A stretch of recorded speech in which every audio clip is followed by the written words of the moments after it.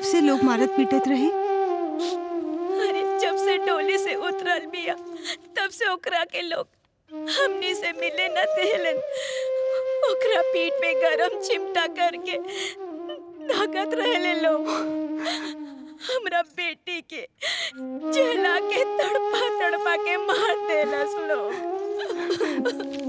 माई, माई रोई मत रोई माई, मत रोई।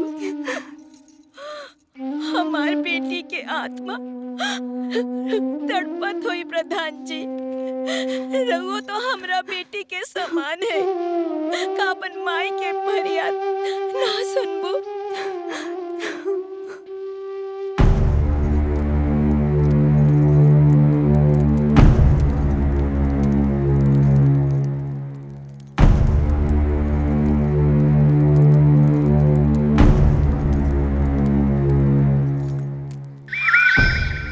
जी जी।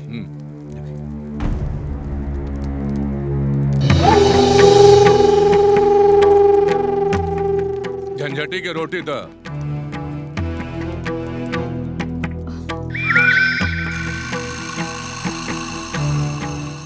झंझटी की रोटी था।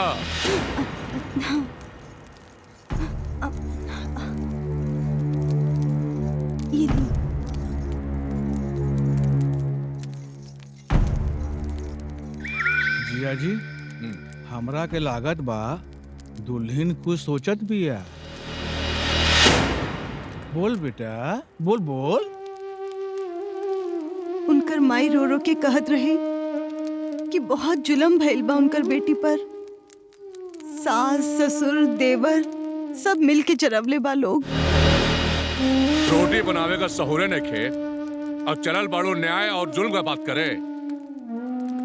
हमार नानी कहत रहे कि कभी केहू अबला के बदुआ ना लेबे के चाही। अरे तो हाल नानी का नाक काटू। अरे दाल भात का कवर है कि पंचायत की राजनीति है जो तोहरे समझ में ना आई। बात कर अरे खा तू ही खा।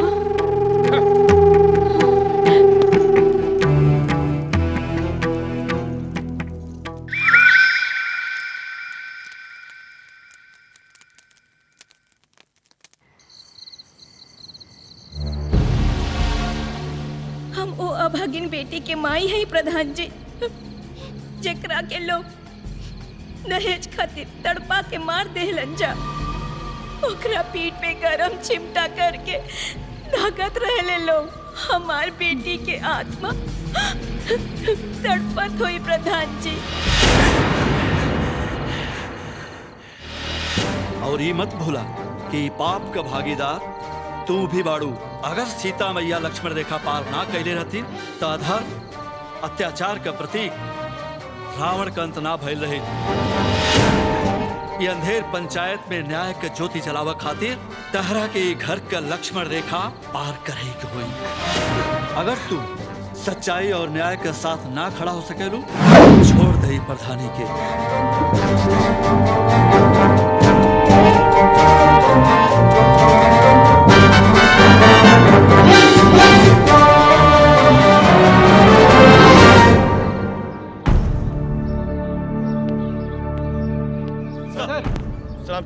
बराबर तो है ना सब? यस सर। हाँ सर। कोई प्रॉब्लम तो नहीं है? नहीं सर। ठीक है, ध्यान रखिए सब। ओके।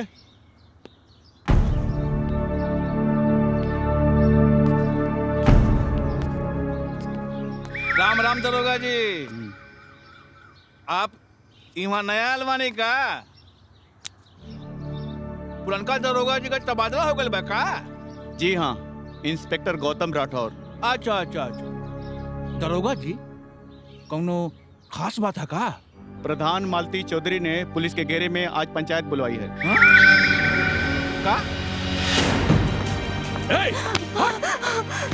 तो हर ई मजाल पुलिस वाला के बुला के अलग से पंचायत बैठे बुआए। हमरा रहते तू लोगन के साथ खड़ा रह के पंचायत करबू। अगर रउआ लोग न्याय कैले रही तो हमरा के पंचायत बुलावे की कौनो जरूरत ना पड़ी। हमार दिमाग मत खराब कर। ये कलयुग है। सत्ता के लड़ाई में राजा हरिश्चंद्र बने की जरूरत नहीं के। हमरा के लट्टू चाचा के पतो हो के चीख के आवाज कल से अपना कान में सुनाई दे रहल बा। ये अन्याय हमरा से ना होई। एक घर का परंपरा रहल बा कि कबो एक खानदान का औरत एक घर का लक्ष्मण रेखा पार नइखे कइले। बाबूजी, सीता जी के सामने लक्ष्मण रेखा ऐसे खींचल गई काहे कि वो जंगल में रहनी, लेकिन एक गांव में पंचायत में कौनो जंगल राज नहीं खे, तब फिर लक्ष्मण रेखा काहे खातिर? बकवास बंद करा। तो हर काम चूल्हा चौका और खाना बनावे का हो। बस। बाबूजी, हम अपन काम से कबो देह न चुरवले बानी। अरे तब पंचायत बुलावे के दिमाग कहाँ से आइल? काहे कि रउआ सब लोग मिल के हमरा के प्रधान बनवले बानी। तू भूल जा कि प्रधान बाड़ीस। तो ठीक बा, आज से हमरा के प्रधानी से मुक्त कर दी। अरे ये ठेपा लगवला से केहू प्रधान ना हो जाला। तो ठीक बा, जौन फैसला पर हमार ठेपा लिहल गइल बा वो फैसला के पंचायत के सामने फाड़ दी। दुल्हन, तोहरी आँखी से लाज शर्म के पर्दा एकदमे उतर गइल बा का? हाँ, जोन ससुर और पति से इतना जबान लड़ावत बाड़ू। ना माई, ना तो हम केहू से जबान लड़ावत बानी और ना ही कुछ गलत कर रहल बानी। लट्टू चाचा के पतो हो के माई हमरा के सारा चिट्ठी पढ़ के सुनवले बानी। वो बेचारी के मौत के पाप हम अपन सर पर काहे ली? भगवान हमरा के कबो माफ न करी है, कबो न करी है। सत्तन, समझा एकरा के। बहुत मेहनत से राजनीति में आपन साग बनोले बानी और एक पल में माटी में मिला देल चाहत बानी। समझा दो।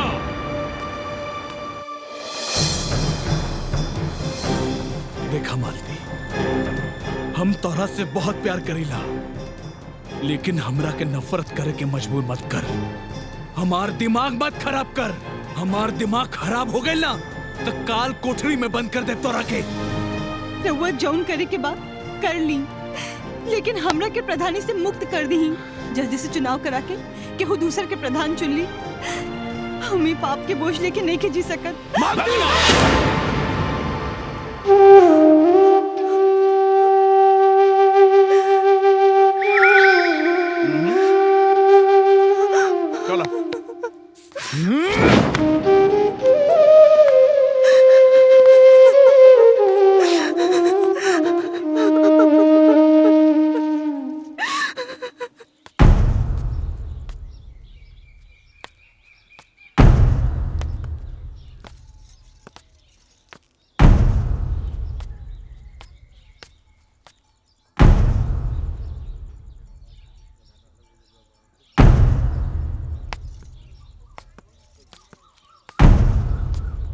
बहुत तोहरा के मालूम है कि पहनावा में हमरा का सबसे ज्यादा पसंद है?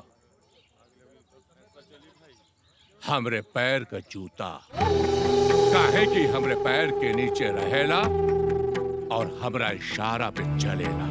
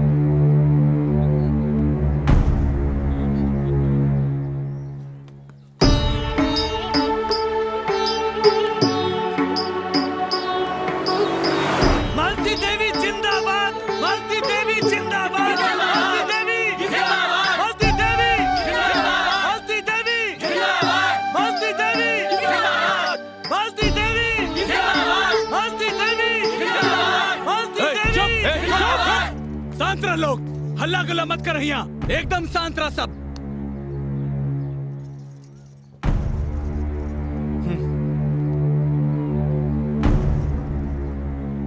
बहुत भारी मन से सब लोग ऐजा इकट्ठा भइल बाड़न। आज ही पंचायत की अदालत में बरसों बाद कोई मातृ रूप नारी न्याय देवी बन के हमनी के बीच विराजमान बाड़ी। पंच लोग से निहोरा बा कि पंचायत का कार्रवाई शुरू कैल जाए।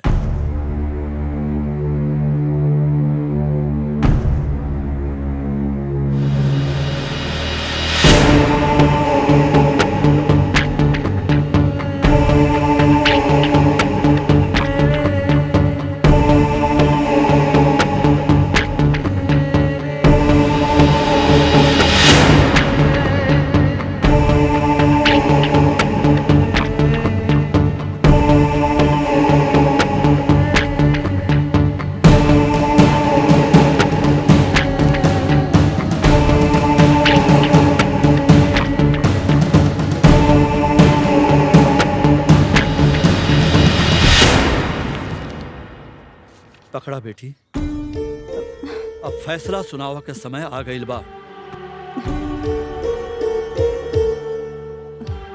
गुरुजी, हमरा बोले ना आवेला, रहुआ ही सुना दी ना। तू प्रधान हो बेटी, पंचायत तोहरा मुंह से सुने चाहत बा।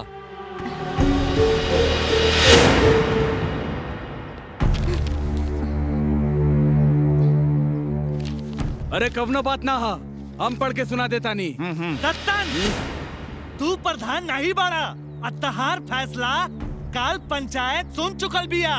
आज हमनी के प्रधान जी के मुंह से फैसला सुनल चाहत बानी।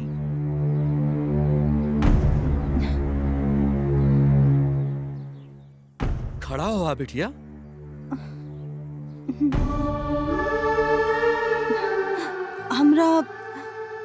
हमरा बोले ना। डर मत, आज समय बा, जैसे बोले आवत बा बोला।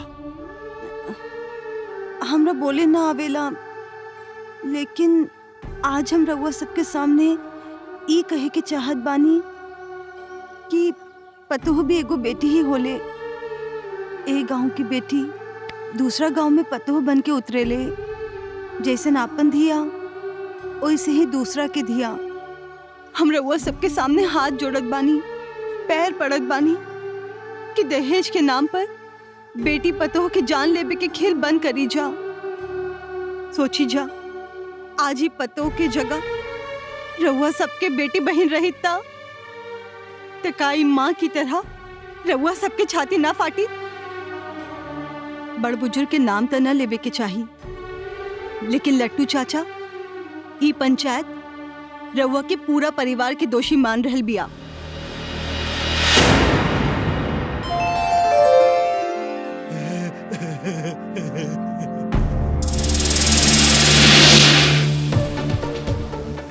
गिरफ्तार कर लो इन सबको, ले चलो।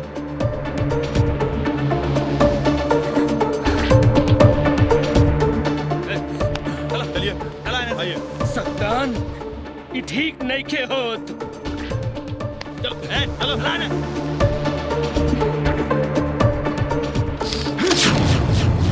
मालती देवी! मालती देवी! मालती देवी! मालती देवी! मालती देवी! मालती देवी! मालती देवी!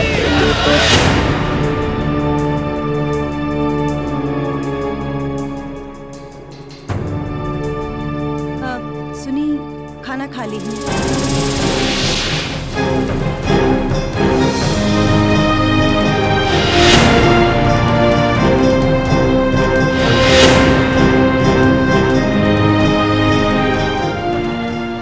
खाना तो खा ली ही। बड़की प्रधान बनल बाड़ीन।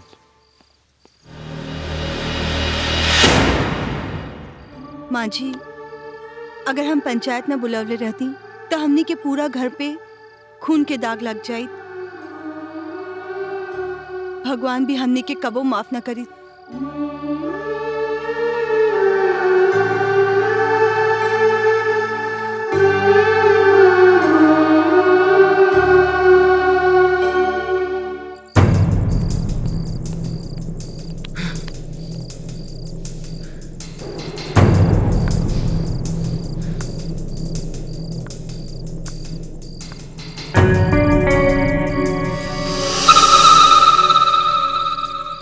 अरे रवा यहाँ बैठल बनी, चली अंदर चली। हम ठीक है। ए जी सुनी, रवा झूठ मत बोली, कैसे ठीक हो खब? आज जवन कुछ भइल हा वो सब सुन के हमर करेजा मुंह के आ गइल हा। अरे भले ही बड़का जी हमनी के अलग कर देले हो खान, लेकिन आज तक हम उनकरा से ऊंचा आवाज में बात ना कईनी। आई मेहरारू तब पूरा घर के बेइज्जती करके रख दिलस। अरे इनकरा के भी आजे शहर जाए के रहे। अरे कम से कम यहाँ रहते तो ये मुश्किल घड़ी में रउआ साथे तो रहते। माथा दुखाता, रुकी हम बाम लगा देता। नहीं हमरो माथा दुखाता।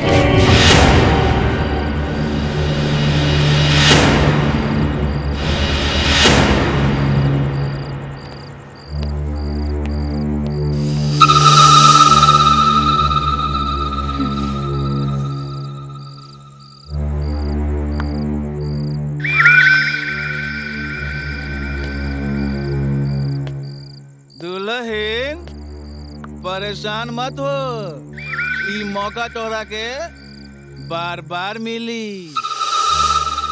एक दिन ओकर हर दर्द के दवाई तू ही बनबू, बुझलू?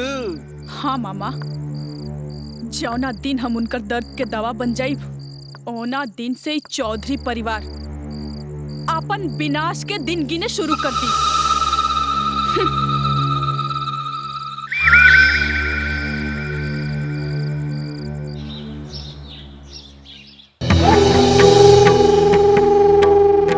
अरे आप इतना टेंशन में काहे बानी महाराज? और इस बात से आपके इज्जत पे कोनो फर्क ना पड़ सकेला। आप प्रधान रहनी हैं और रहो, न तो हम रांची से कराची ले बबाल मचा देब जी।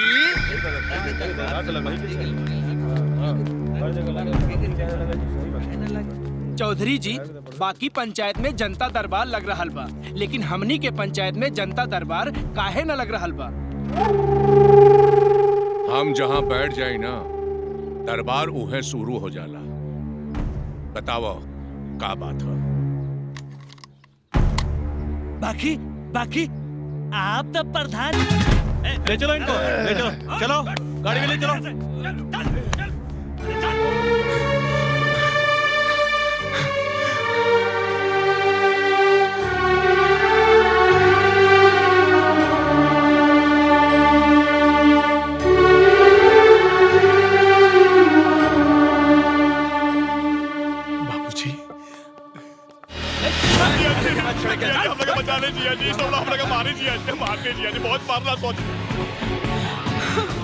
हमरे के माफ कर दे दीदी, हमरे के माफ कर दे।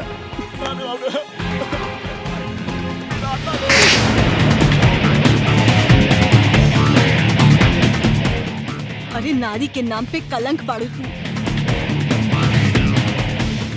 लोग हम लोग मार दिया, रांची से कराची लौटा ना भगनी जिया जी। हट, खराब नहीं कर। ए भगना, हम लोग बचा ले भगना।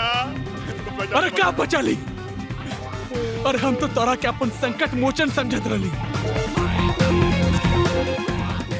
लेकिन हमरा जिंदगी में संकट देवे वाला तू ही रहला। अरे मामा माने 2 बार माँ, लेकिन तू तो कंस निकल ले, कंस। जौन थाली में खाई ले, उहे थाली में चल ले।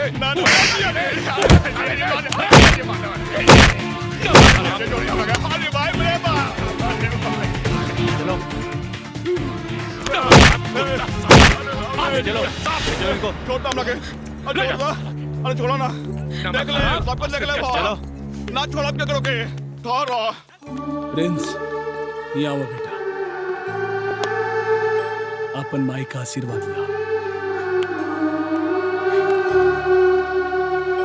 बेटा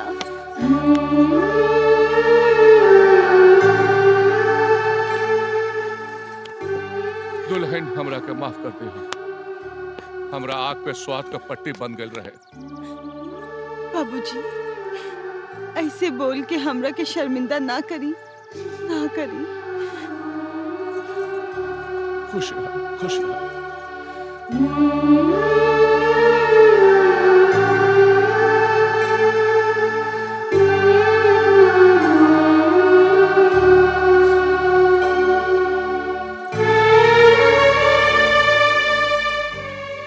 हमरा माफ कर दे रे मालती, हमरा माफ कर दे। हम तरह की बहुत दुख देनी।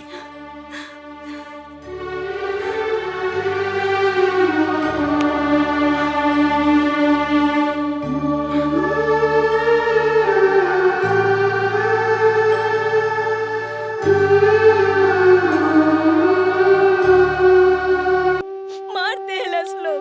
कब से लोग मारत पीटत रहे? अरे जब से डोली से उतरल बिया तब से ओकरा के लोग हमनी से मिले न देहलन। ओकरा पीठ पे गरम चिमटा करके धागत रहले लोग। हमरा बेटी के जला के तड़पा तड़पा के मार देलस लोग। माई, माई रोई मत, मत रोई माई, मत रोई।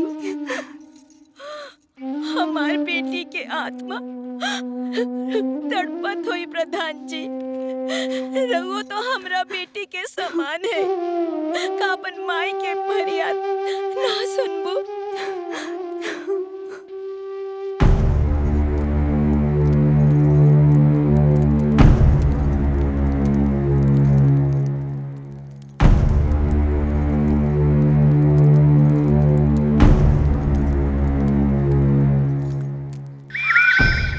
जिया जी, या जिया जी।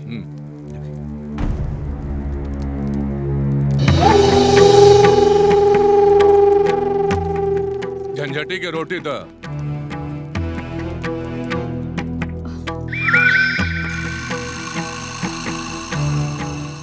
झंझटी की रोटी द।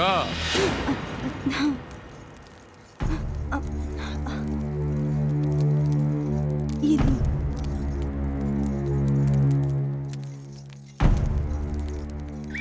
जिया जी, हमरा के लागत बा दुल्हन कुछ सोचत बिया। बोल बेटा, बोल बोल। उनकर माई रो रो के कहत रहे कि बहुत जुलम भइल बा उनकर बेटी पर। सास ससुर देवर सब मिल के चरवले बा लोग। रोटी बनावे का सहुरे ने खे और चलल बाड़ो न्याय और जुल्म का बात करे। हमार नानी कहत रहे कि कभी केहू अबला के बदुआ ना लेबे के चाही। अरे तो हाल नानी का नाक काटू। अरे ये दाल भात का कवर है कि पंचायत की राजनीति है जो तोहरे समझ में ना आई। बात कर अरे खा खा तू ही खा।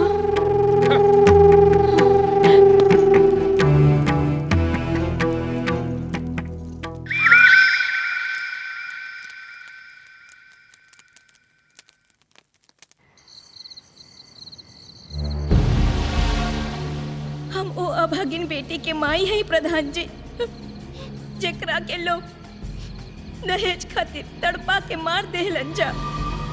ओकरा पीठ पे गरम चिमटा करके धागत रहले लोग। हमार बेटी के आत्मा तड़पत हुई प्रधान जी। और ये मत भूला कि पाप का भागीदार तू भी बाड़ू। अगर सीता मैया लक्ष्मण रेखा पार ना कैले रहती तो अधर्म अत्याचार का प्रतीक रावण का अंत ना भइल रहे। ये अंधेर पंचायत में न्याय के ज्योति जलावा खातिर तहरा के घर का लक्ष्मण रेखा पार करे के हुई। अगर तू सच्चाई और न्याय के साथ ना खड़ा हो सकेलू छोड़ दे प्रधानी के।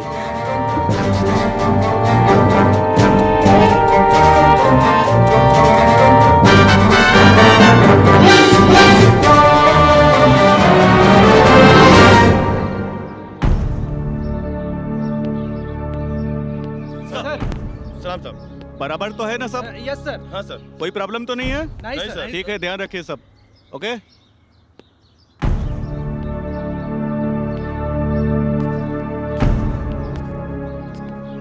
राम राम दरोगा जी। आप यहाँ नया अलवानी का? पुरनका दरोगा जी का तबादला हो गया का? जी हाँ, इंस्पेक्टर गौतम राठौर। अच्छा अच्छा अच्छा। दरोगा जी, कौनो खास बात है का? प्रधान मालती चौधरी ने पुलिस के घेरे में आज पंचायत बुलवाई है। हाँ? का? तो हर ई मजाल पुलिस वाला के बुला के अलग से पंचायत बैठे बुआए हमरा रहते तू लोगन के साथ खड़ा रह के पंचायत करबू। अगर रउआ लोग न्याय कैले रही तो हमरा के पंचायत बुलावे की कौनो जरूरत न पड़ी। हमार दिमाग मत खराब कर। ये कलयुग है, सत्ता के लड़ाई में राजा हरिश्चंद्र बने के जरूरत नहीं के। हमरा के लट्टू चाचा के पतोह के चीख के आवाज कल से अपना कान में सुनाई दे रहल बा। ये अन्याय हमरा से ना होई। एक घर का परंपरा रहल बा कि कबो एक खानदान का औरत एक घर का लक्ष्मण रेखा पार नइखे कैले। बाबूजी, सीता जी के सामने लक्ष्मण रेखा ऐसे खींचल गई काहे कि वो जंगल में रहनी, लेकिन एक गांव में पंचायत में कौनो जंगल राज नहीं खे, तो फिर लक्ष्मण रेखा काहे खातिर? बकवास बंद करा। तोहार काम चूल्हा चौका और खाना बनावे का हो। बस। बाबूजी, हम अपन काम से कबो देना चुरवले बानी। अरे तब पंचायत बुलावे के दिमाग कहाँ से आइल? काहे कि रउआ सब लोग मिल के हमरा के प्रधान बनवले बानी। तू भूल जा कि प्रधान बाड़ीस। तो ठीक बा, आज से हमरा के प्रधानी से मुक्त कर दी। अरे ये ठेपा लगवला से केहू प्रधान ना हो जाला। तो ठीक बा, जौन फैसला पर हमार ठेपा लिहल गइल बा वो फैसला के पंचायत के सामने फाड़ दी। दुल्हन, तोहरी आँखी से लाज शर्म के पर्दा एकदमे उतर गइल बा का? हाँ, जोन ससुर और पति से इतना जबान लड़ावत बाड़ू। ना माई, ना तो हम केहू से जबान लड़ावत बानी और ना ही कुछ गलत कर रहल बानी। लट्टू चाचा के पतोह के माई हमरा के सारा चिट्ठी पढ़ के सुनवले बानी। वो बेचारी के मौत के पाप हम अपन सर पर काहे ली? भगवान हमरा के कबो माफ न करी है, कबो न करी है। सत्तान, समझाए करा के बहुत मेहनत से राजनीति में आपन साख बनोले बानी और एक पल में माटी में मिला देल चाहत बानी। समझा दो।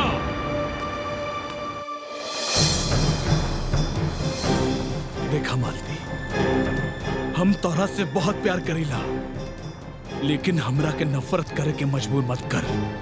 हमार दिमाग मत खराब कर।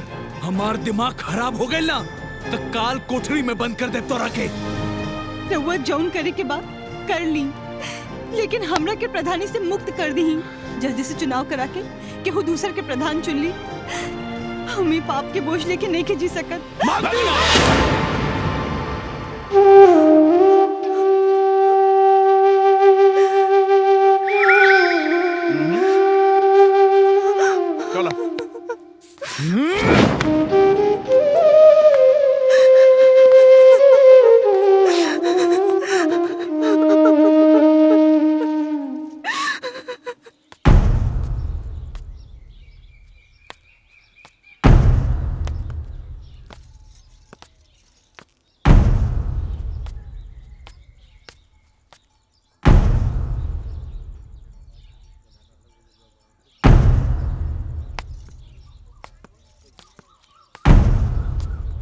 बहुत तोहरा के मालूम है कि पहनावा में हमरा का सबसे ज्यादा पसंद है? हमरे पैर का जूता। काहे कि हमरे पैर के नीचे रहेला और हमरा इशारा पे चलेला।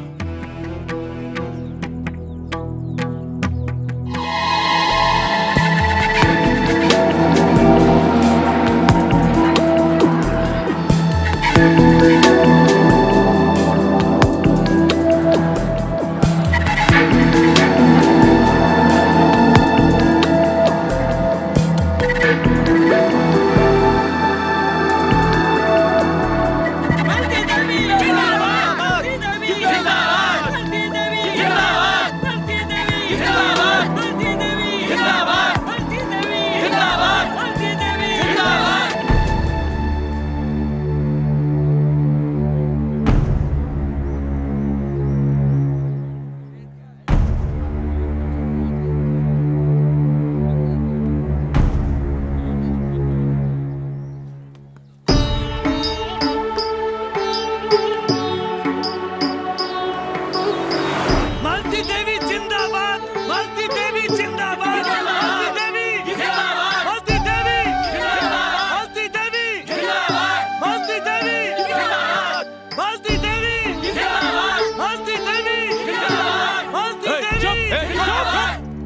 बारह लोग, हल्ला गुल्ला मत कर यहाँ, एकदम शांत रह सब।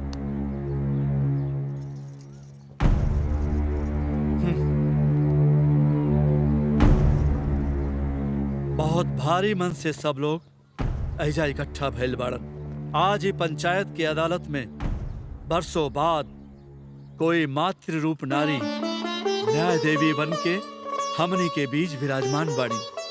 पंच लोग से निहोरा बा कि पंचायत का कार्रवाई शुरू कैल जाए।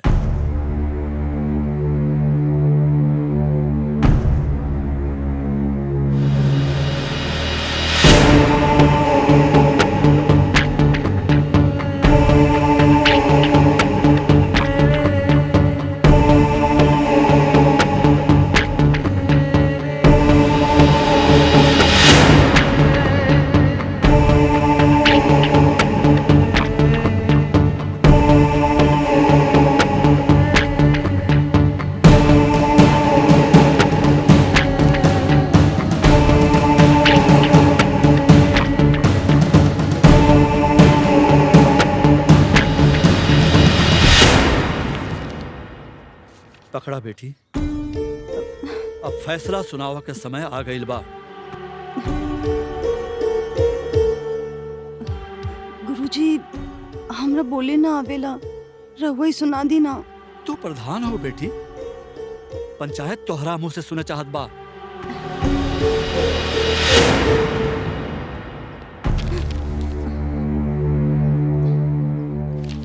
अरे कवनो बात ना हा, हम पढ़ के सुना देता नहीं। सत्तन, तू प्रधान नहीं बाड़ा। अतहार फैसला काल पंचायत सुन चुकल बिया। आज हमनी के प्रधान जी के मुंह से फैसला सुनल चाहत बानी।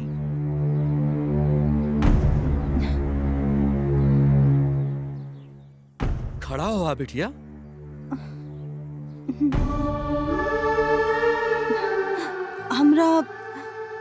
हमरा बोले ना।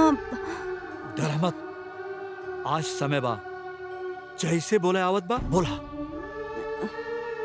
हमरा बोले ना आवेला, लेकिन आज हम रउआ सबके सामने ई कहे के चाहत बानी कि पतोह भी एगो बेटी ही होले। ए गांव की बेटी दूसरा गांव में पतोह बन के उतरेले। जैसन आपन धिया वैसे ही दूसरा के धिया। हम रउआ सबके सामने हाथ जोड़त बानी, पैर पड़त बानी कि दहेज के नाम पर बेटी पतोह के जान लेबे के खेल बंद करी जा। सोची जा, आज ही पतोह के जगह रउआ सबके बेटी बहन रही ता काई माँ की तरह रउआ सबके छाती ना फाटी। बड़ बुजुर्ग के नाम तो न लेबे के चाहिए, लेकिन लट्टू चाचा ई पंचायत रउआ के पूरा परिवार के दोषी मान रहल बिया।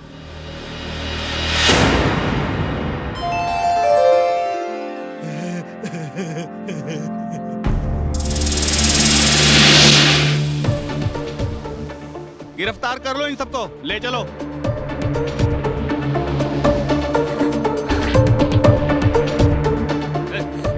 चलिए, आइए। सत्तान, ये ठीक नहीं के होत। चलो, चलो,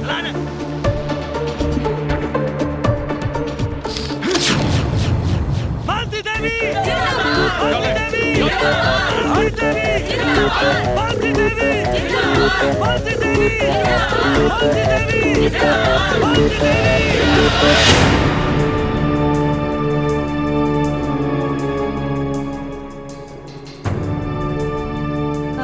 सुनी, खाना खा ली हूँ।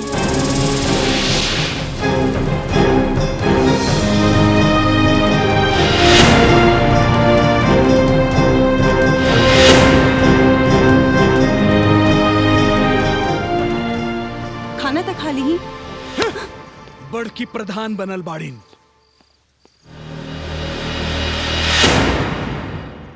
माँ जी, अगर हम पंचायत न बुलावले रहती तो हमनी के पूरा घर पे खून के दाग लग जाई। भगवान भी हमनी के कबो माफ न करी।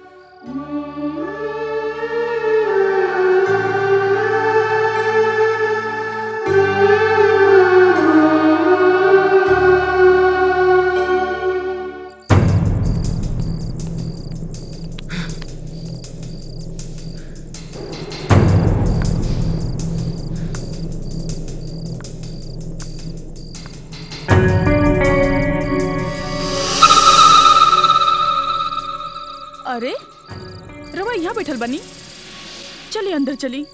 हम ठीक है। ए जी सुनी, रवा झूठ मत बोली, कैसे ठीक हो खब? आज जवन कुछ भइल हा वो सब सुन के हमर करेजा मुँह के आ गइल हा। अरे भले ही बड़काओ जी हमनी के अलग कर देले हो खन, लेकिन आज तक हम उनकरा से ऊंचा आवाज में बात न कैनी। आई मेहरारू तब पूरा घर के बेइज्जती करके रख दिलस। अरे इनकरा के भी आजे शहर जाए के रहे। अरे कम से कम यहाँ रहते तो ये मुश्किल घड़ी में रहुआ साथे तो रहते।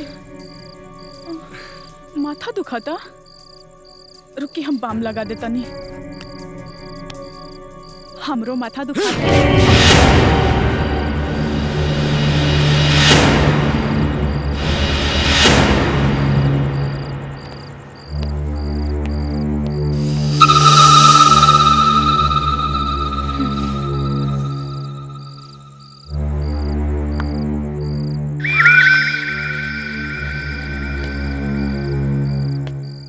दुल्हन परेशान मत हो, ई मौका तोहरा के बार बार मिली। एक दिन ओकर हर दर्द के दवाई तू ही बनबू,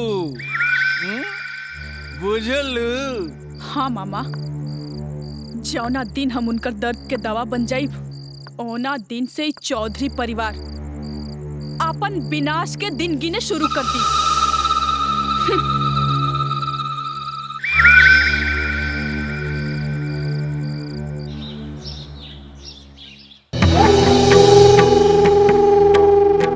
अरे आप इतना टेंशन में काहे बानी महाराज? और इस सब बात से आपके इज्जत पे कोनो फर्क ना पड़ सकेला।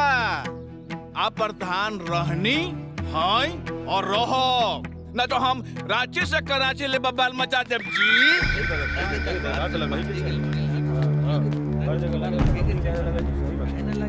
चौधरी जी, बाकी पंचायत में जनता दरबार लग रहल बा, लेकिन हमनी के पंचायत में जनता दरबार काहे न लग रहल बा? हम जहाँ बैठ जाए ना, दरबार उहे शुरू हो जाला। बताओ का बात है? बाकी आप तो प्रधान नहीं बानी। क्या बोले रे? क्या बोले निकल साला, हम प्रधान ना है, तक्का तार बाप प्रधान है। ढेर बोलबे ना तो तार हड्डी पसली तोड़ के कुत्तन सब कटा दे। सुन, हमरा पंचायत में जनता दरबार का जरूरत नहीं है। नहीं चौधरी साहब, कलेक्टर साहब का नया फरमान आइल बा, हर पंचायत के प्रधान के महीना में एक बार जनता दरबार लगाए जरूरी बा। और यह वो बात के नोटिस।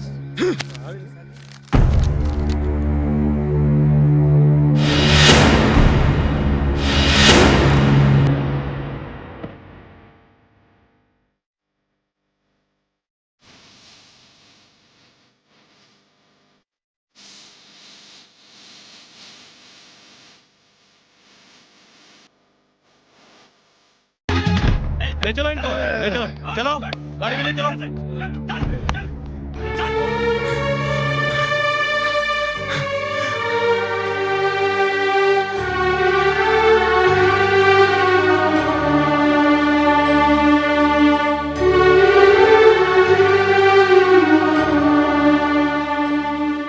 बाबूजी, बचाने जिया जी, सब लोग अपने मारे जिया जी, मारने जिया जी, बहुत मारना सोच। हमरे के माफ कर दे दीदी, हमरे के माफ कर दे।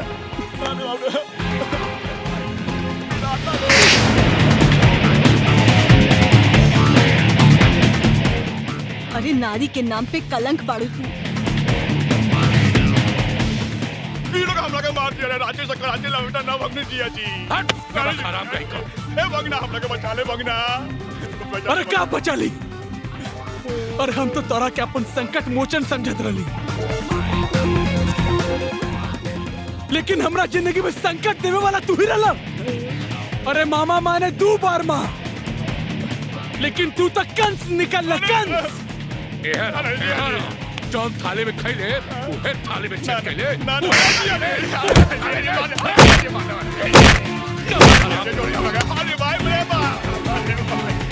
चलो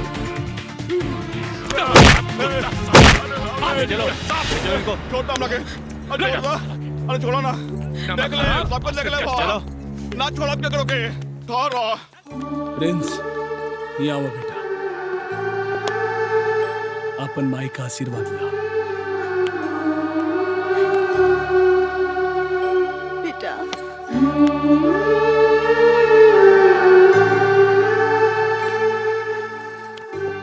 दुल्हन हमरा के माफ कर दे।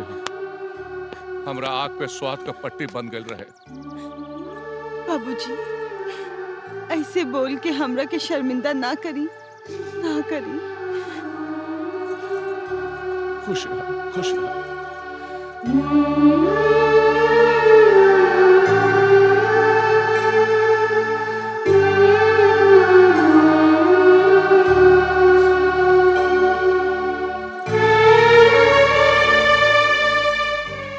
हमरा माफ कर दे रे मालती, हमरा माफ कर दे।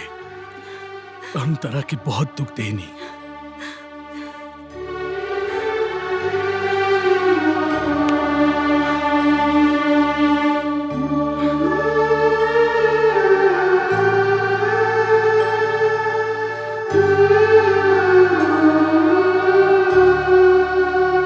मार देहलस लोग।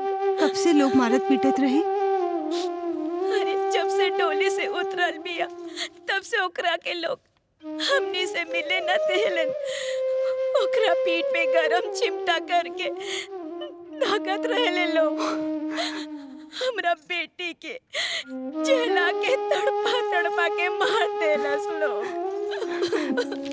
माई, माई रोई मत, मत रोई माई, मत रोई। हमार बेटी के आत्मा तड़पत हुई प्रधान जी। रघु तो हमरा बेटी के समान है। का अपन माई के फरियाद ना सुनबो?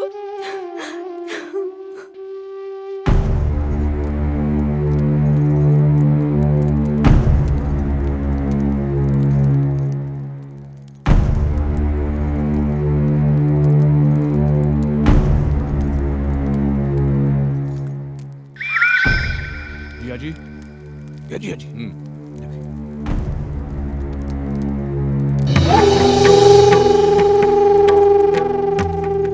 झंझटी की रोटी द।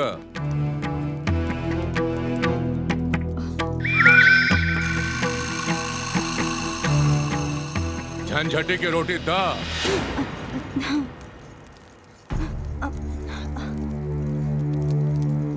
ये ली।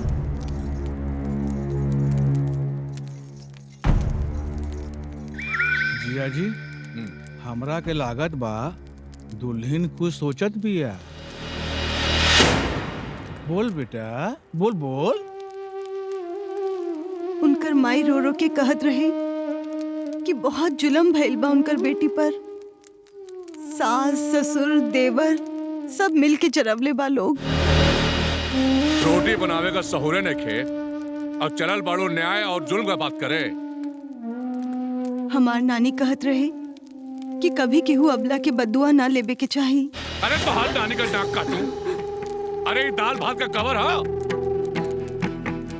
कि पंचायत की राजनीति है जो तोहरे समझ में ना आई। बात कर। अरे खा तू ही खा।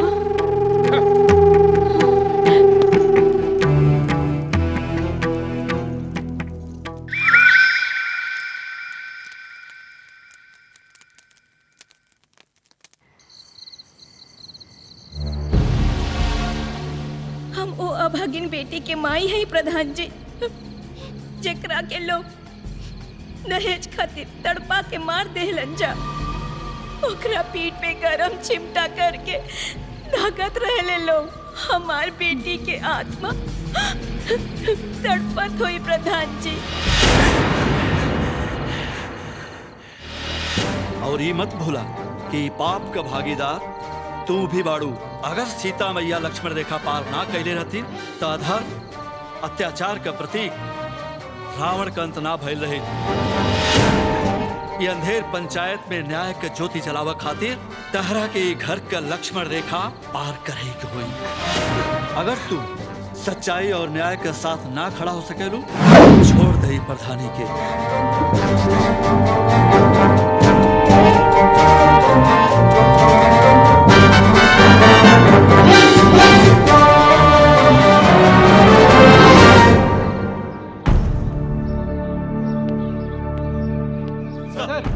सलाम साहब, बराबर तो है ना सब? यस सर। हाँ सर, कोई प्रॉब्लम तो नहीं है? नहीं सर। ठीक है, ध्यान रखिए सब। ओके।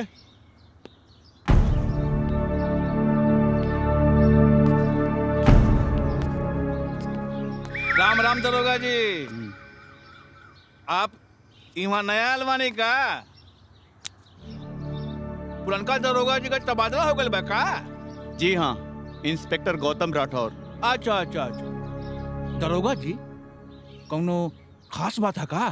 प्रधान मालती चौधरी ने पुलिस के घेरे में आज पंचायत बुलवाई है। का?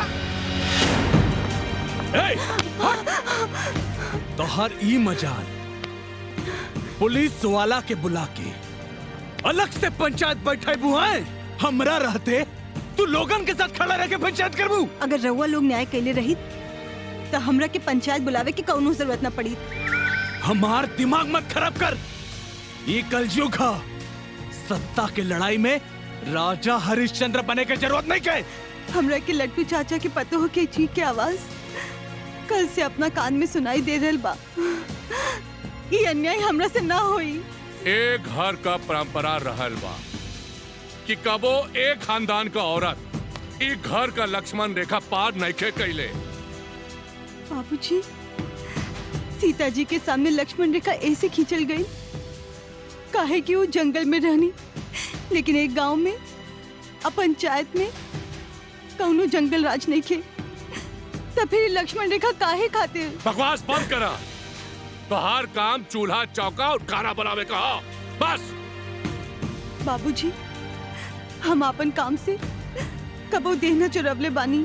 अरे तब पंचायत बुलावे के दिमाग कहाँ से आयल? काहे कि रउआ सब लोग मिल के हमरा के प्रधान बनवले बानी। तू भूल जा कि प्रधान बाड़ीस। तो ठीक बा, आज से हमरा के प्रधानी से मुक्त कर दी। अरे ये ठेपा लगवला से केहू प्रधान ना हो जाला। तो ठीक बा, जौन फैसला पर हमार ठेपा लिहल गइल बा वो फैसला के पंचायत के सामने फाड़ दी।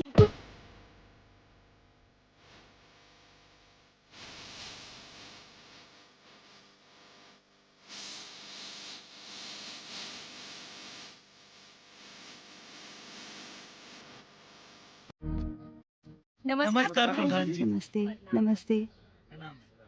हमरा के माफ करब जा, हमार तबीयत कुछ दिन से ठीक न रहे। हमरा मालूम भइल कि रउआ लोग के राशन मनरेगा के वेतन समय पर न मिलल। अब कौनो शिकायत न रही। मालती देवी जिंदाबाद, मालती देवी जिंदाबाद, मालती देवी जिंदाबाद, मालती देवी जिंदाबाद। जी आप ही हैं नए प्रधान? जी, राउर परिचय? जी हम ही हैं गांव के अभागन, ये गांव से खदेड़ल। हमार नाम इतवारी देवी बा। अच्छा अच्छा, अब हमरा राउर बारे में पता बा। रउआ आज ही अर्जी लगा दे, हम तुरंत पंचायत बुला लेब। हे भगवान, राउर घर में देर बा लेकिन अंधेर नहीं खे। मालती, कहाँ पड़ी नू? कहाँ पड़ी नू? मालती!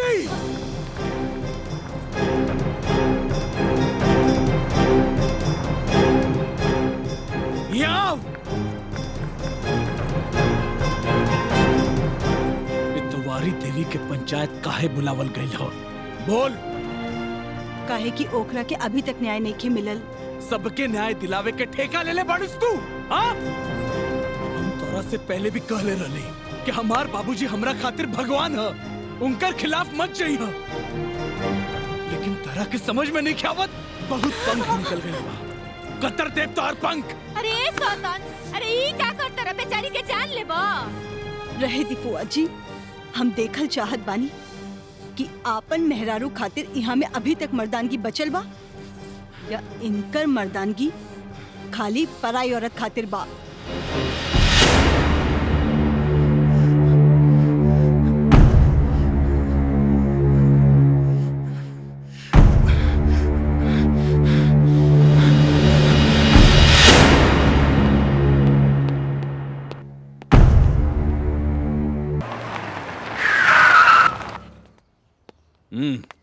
जी जी भैया जी। मास्टर जी आयल बड़न का आइल बाड़े, घर में छोटी मालकिन के पढ़ावत बाड़न। जी।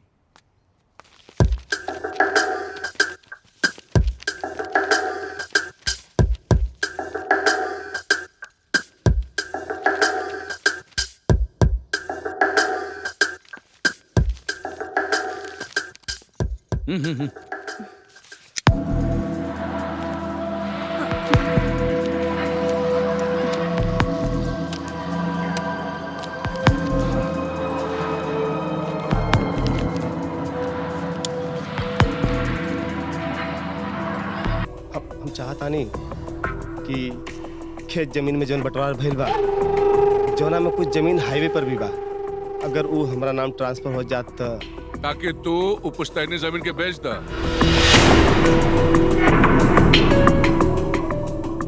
लेकिन उ त हमार है ना। तोर बाप खरीदे रहली जमीन, तोहनी के एक धूर भी नहीं के खरीद ले। तोर बाप के जन्मला के पहले कहा ही जमीन, उस जमीन पे अनाज उगा, बेच और खा, बस। हमनी के अपन जमीन के उपयोग कैसे करी जा, एकरा से दूसरा के का मतलब? जितन समझावा अपने बीवी के, इतना लंबा जबान हमरा के पसंद नहीं के।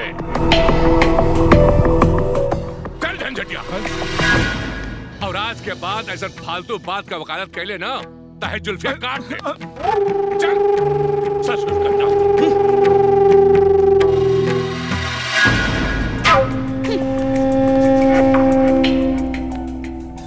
छोड़ो बेटा, गांव में कमा और खा।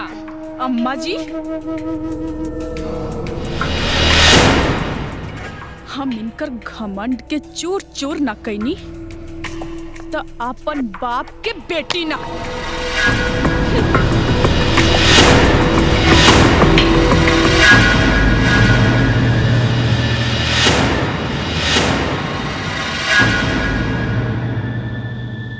का चौधरी जी, सब लुटवा दी ई नई प्रधान जी। कोटा के राशन के कपड़ा, तेल सब कुछ दिलवा दी।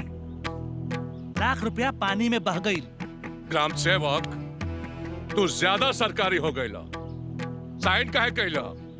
हम साइन ना करब तो हमार नौकरी चल जाई माई बाप। कलेक्टर साहब के निर्देश के खाली प्रधान ही आगे पीछे कर सकेला, लेकिन प्रधान जी तो सुने खातिर तैयारे नहीं थे। उनकर सीधे कहनाम बा कि जेकरा खातिर ई सामान, कोटा के राशन, तेल चीनी आवत बा ओकरा के मिले के चाहिए। तो ठीक है, सिस्टम ओकरा के समझा देहल चाहिए।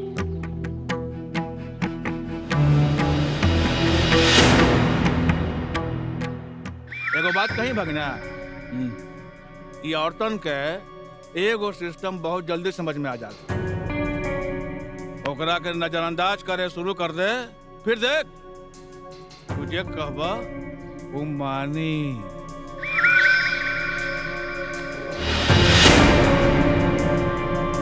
मालती, मालती बेटी, का हो गई तोहरा के बेटी? फिर से तोहर फैसला गलत और अन्यायपूर्ण हो रहल बा। गुरुजी, जब अपन घर में आग लगल होके तो दूसर के घर में दिया जलावे के सोचेला? तोहार पति के चाल चलन ठीक नहीं खे, ओकरा के हम बरसों से जानत बाड़ी। नमस्कार प्रधान जी। नमस्ते नमस्ते। हमरा के माफ करब जा, हमार तबीयत कुछ दिन से ठीक न रहे। हमरा मालूम भइल कि रउआ लोग के राशन, मनरेगा के वेतन समय पर न मिलल। अब कौनो शिकायत न रही। मालती देवी, मालती देवी, मालती देवी जिंदाबाद, मालती देवी जिंदाबाद। जी आप ही हैं नए प्रधान? जी, राउर परिचय? जी हम ही हैं गांव के अभागन। ये गांव से खदेड़ल हमार नाम इतवारी देवी बा। अच्छा अच्छा, अब हमरा राउर बारे में पता बा। रउआ आज ही अर्जी लगा दे, हम तुरंत पंचायत बुला लेब। हे भगवान, राउर घर में देर बा लेकिन अंधेर नहीं खे। मालती, कहाँ पड़ी नू? कहाँ पड़ी नू? मालती!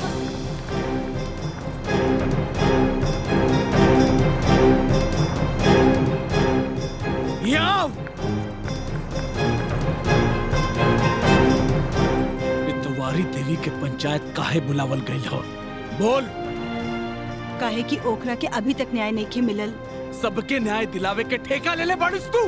हाँ? हम तोरा से पहले भी कहले रहले कि हमार बाबूजी हमरा खातिर भगवान है, उनकर खिलाफ मत जाई है। लेकिन तरह के समझ में नहीं आवत, बहुत पंख निकल गए बा। कतर देव तोहर पंख। अरे सौतन, अरे ई क्या करता रे? बेचारी के जान लेबा। रहे दी फुआ जी, हम देखल चाहत बानी कि आपन मेहरारू खातिर यहाँ में अभी तक मर्दानगी बचल बा या इनकर मर्दानगी खाली पराई औरत खातिर बा।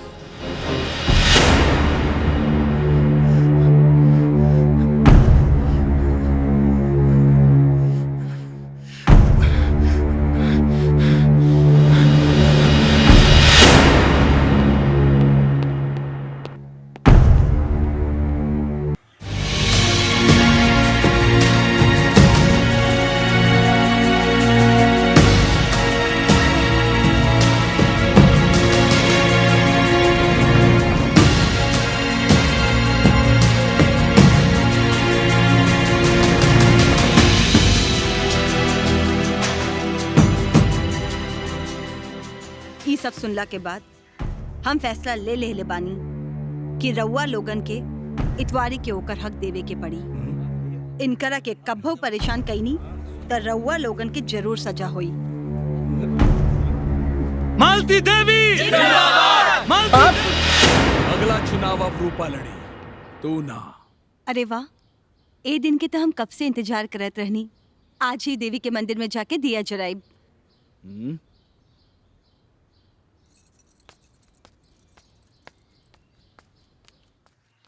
तू स्वार्थी मत बना मालती। अब पूरा पंचायत तोहार परिवार बा। बेटी मत जा यहाँ से छोड़ के, तो हर बिना पंचायत अनाथ हो जाए। बेटी मत जा बेटी।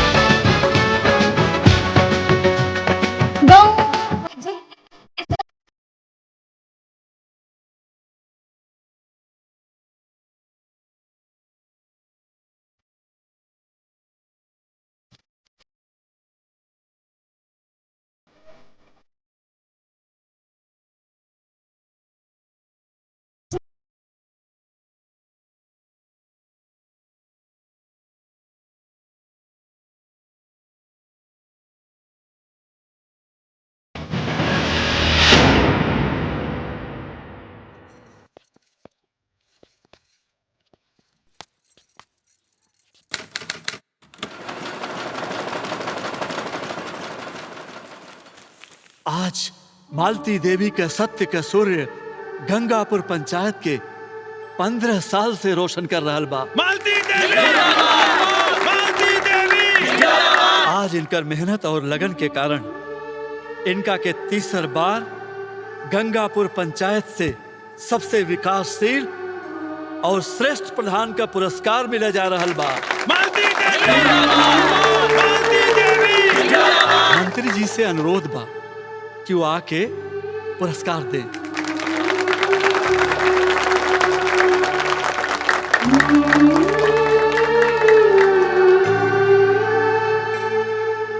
मालती देवी जी, आइए आप।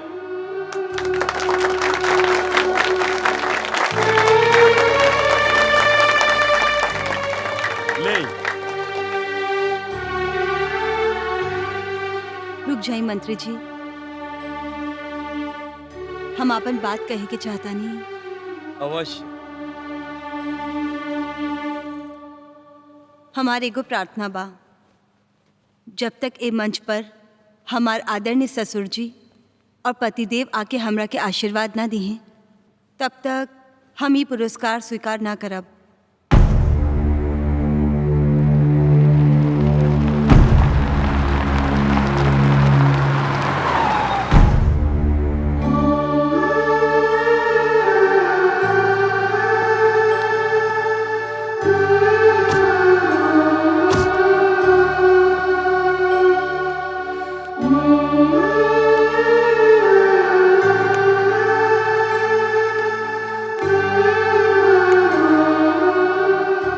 प्रणाम बाबूजी। खुश रहो। प्रणाम। आई बैठी। चलिए। आई।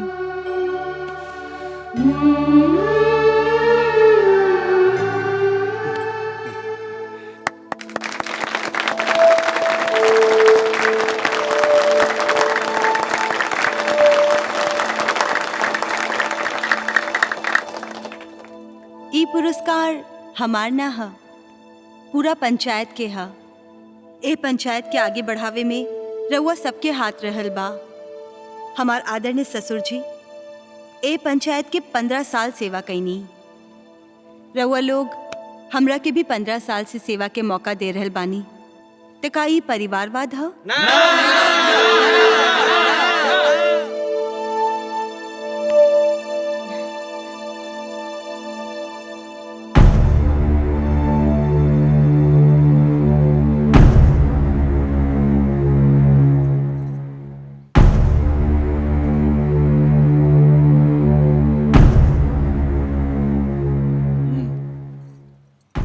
मंत्री जी ए मंच पर बात ना कहे के, लेकिन आगे फिर मौका ना आई।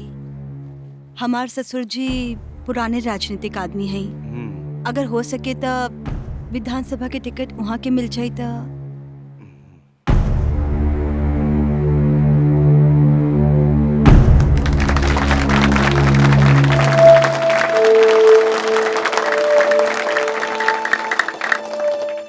भाइयों और बहनों, हम खुश बानी ई पंचायत के विकास से। एक बहुत जरूरी बात ई बा कि ई साल विधानसभा के चुनाव होके जात बा। पूर्व विधायक जी के मृत्यु के बाद ई क्षेत्र से हम एक उम्मीदवार खड़ा करतानी। आज हम बतावल चाहतानी कि विधानसभा के उम्मीदवार ई साल चौधरी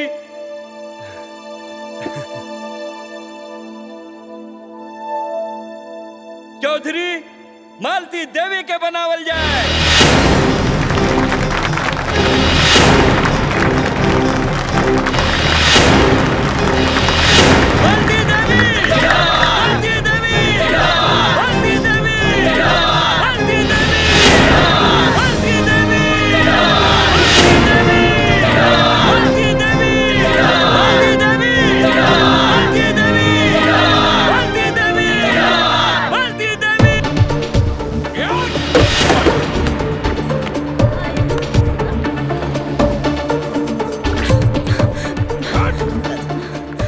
दुल्हन, तू जिया जी और सौतन के बहुत दुख पहुंचाले हो। सुनी, हमार विश्वास करी, हम बाबूजी के नाम की चर्चा कैले रहनी। झूठ, एकदम झूठ। स्वार्थी औरत, तू हमेशा से हमनी के नीचा दिखावे के कोशिश कैलू और आज होकर प्रमाण पत्र दे देलू। ठहरा। घी दाल में गिरत रहे और गिर गए सब्जी में। ठीक है, आज हमार पूरा परिवार विधानसभा के गलियारे तक पहुंच रहल बा और यह बहुत खुशी का बात है। बहू, तू आगे बढ़ो।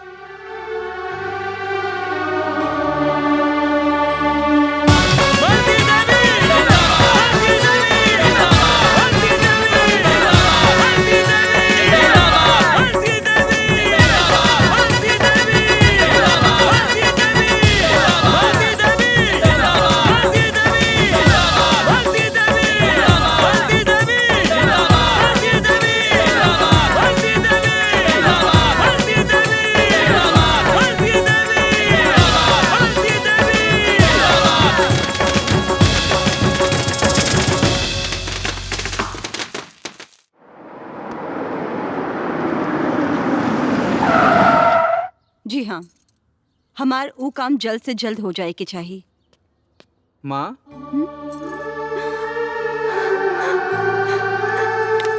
प्रिंस, अरे प्रिंस बेटा, जीते रहा माँ। बेटा। न कौनो फोन न कौनो खबर, हमरा के बतौले रहती तो कम से कम गाड़ी तो भेज देती।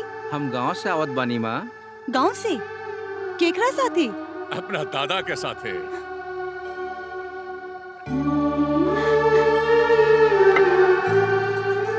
बाबूजी प्रणाम। बाबूजी खुश रहो, खुश रहो। बैठी बाबूजी, बैठी।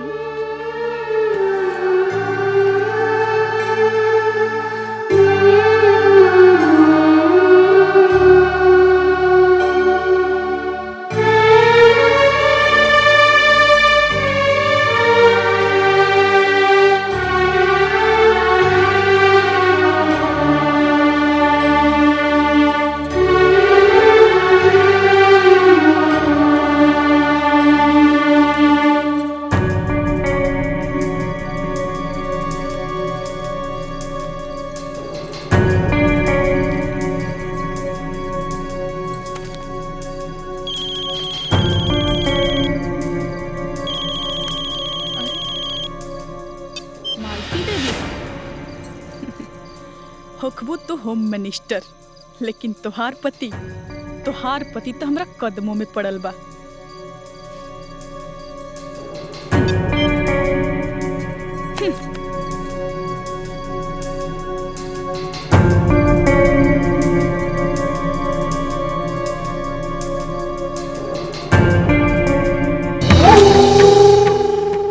आज तू घर का लक्ष्मण रेखा पार कर दे लो। पागल हो गए बड़ा। सड़क किनारे का जमीन जो तोरे नाम पे रहल हा, वो तू जितन और रूपा के नाम कर दे लो। बाबूजी जितन बिल्डर बन गई और वो हमरा से इहो कलस की बिजनेस में जे भी फायदा होखी वो हमरा के हिस्सेदार बनाई। अरे तोर बुद्धि घाट चढ़ गई लड़का। वो मरद मेहरारू हमारे लाखों का जमीन अपने नाम पे कर लेलस और तू औरत के मोह पास में फंस के हमारे साथ औरत लुटा दे चाहत पड़ो। हम आजे रूपवा के बाल से घसीट के गांव के बाहर निकालत पानी। आजे रुक जाए बाबूजी। रउआ अगर रूपा के छुअब ना तो ठीक ना हुई। अरे जे जगह हमरा जिंदगी में मालती के लिए रहल है, उहे जगह आज हमार जिंदगी में रूपा के लिए हाउ। अरे शर्म कर बे शर्म। देवी जैसन मेहरारू के छोड़ के तू। अच्छा देवी जैसन मेहरारू। अरे आज मालती रउआ के टेंडर और बिजनेस दे रहल बिया तो रउआ खातिर देवी हो गई। अरे जे दिन वो अपन नजर फेरी ना तो पता चली। चुप कर। आज से हम तोहरा के अपना सारा संपत्ति से बेदखल करत पानी और अपन सारा जमीन जायदाद अपन पोता प्रिंस के नाम करत पानी। घरवा में खा पी चुपचाप पड़ल रहा। जमीन का एगो टुकड़वा बेचे का तोर अधिकार नहीं के, पूछ ले। ठीक है बाबूजी, जाए से पहले को बात कह के जाता नहीं। अरे हम अपन पूरा जिंदगी रउआ जी कहली उहे कहीं नहीं और आज एक छोट बात के खातिर रउआ हमरा के अपन जमीन जायदाद संपत्ति से बेदखल करता नहीं। ठीक है।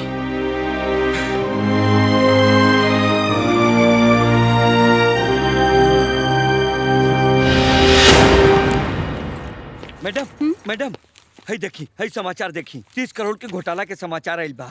हई देखी।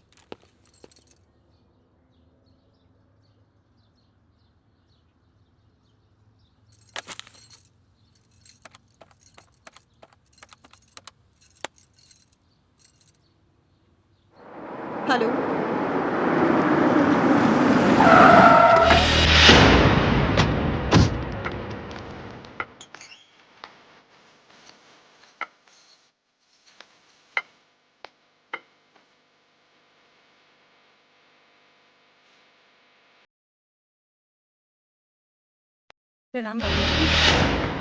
एक खानदानी पता हो गया ढंग छोड़ा तू। बिना हमरा से बात कर ले, बिना हमरा के सूचना दे ले, टेंडर रद्द कर दे लू। बाबूजी ई घोटाला के दाग और पतोह के दामन पर लागल बा। का चाहत बानी कि पूरा प्रदेश में हमार थूथू होके? अरे तो जांच बैठा के भी तो आदेश दिया जा सकेला। ई अलग से 30 करोड़ का टेंडर कैंसिल काहे करा देलू? बाबूजी, जेकरा पर एक बार घोटाला के केस दर्ज हो जाला ओकरा के कानूनन और नैतिक दोनों आधार पर टेंडर न मिल सकेला। ये कानून और नैतिकता का पाठ तू गुरुजी को पढ़ाइया जो तुम्हें पढ़ावत रहा। सत्तन ठीक कहत रहे कि नागिन अपन जहर उगलल छोड़ सके, लेकिन तू देवी बन के ढोंग रचा के हमरे और हमरे खानदान का सुख चैन तबाह करके रह। बाबूजी ऐसा मत कहीं। खबरदार जे तू अपना गंदा जबान से हमरा के बाबूजी कह लू। चलो बेटा प्रिंस चलो। बाबूजी, प्रिंस कहीं ना जाई। आज तोहरा के लागत होई कि तोर माँ बहुत बड़ी मंत्री बाड़ी और तू एजा खुश बाड़ी। जहिया तोहरे पे मुसीबत आई कि तोर बाप दादा तोर सामने खड़ा रही कि तोर माँ ना बुझले। बाबूजी, बाबूजी रुक जाइए।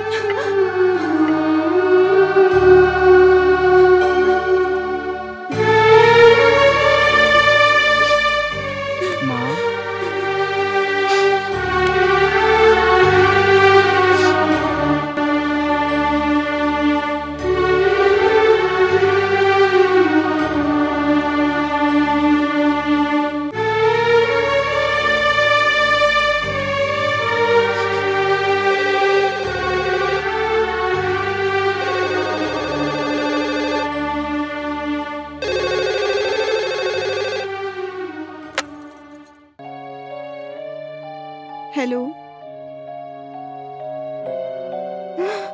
कहा?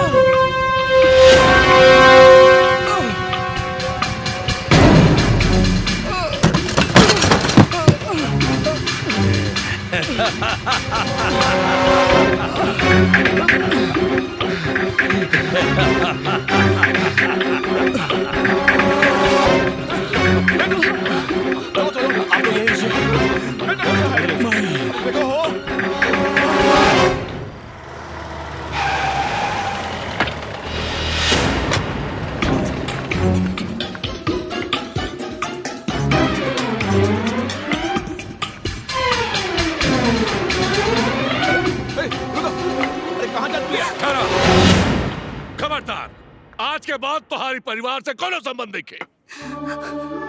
चल जा यहाँ से। ऐसा मत कहीं बाबूजी, हमरा के एक बार, बस एक बार वहाँ से मिल ले दी। ना, बिल्कुल ना। जे औरत अपना पति, अपना बेटा और अपना ससुर का इज्जत न करे, ओकरी परिवार से कोनो संबंध देखे। ऐसा ना कहीं बाबूजी। अम्मा जी रहुआ समझाई ना बाबूजी के। अरे दुल्हन, तोरा बुझात काहे नहीं खे? जब कोनो रिश्ता ही नहीं खे तो मिलना से का फायदा है? जा।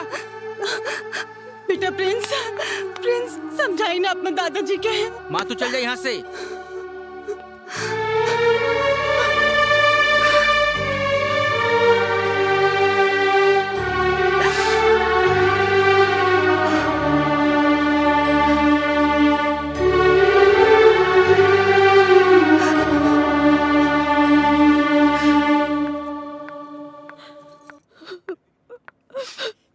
डॉक्टर साहब का भइल कैसे ना हमार बेटा? फिक्र करने की कोनो बात नहीं है, अब जान का खतरा नहीं है। हाँ, हम कहते रहे नीनू।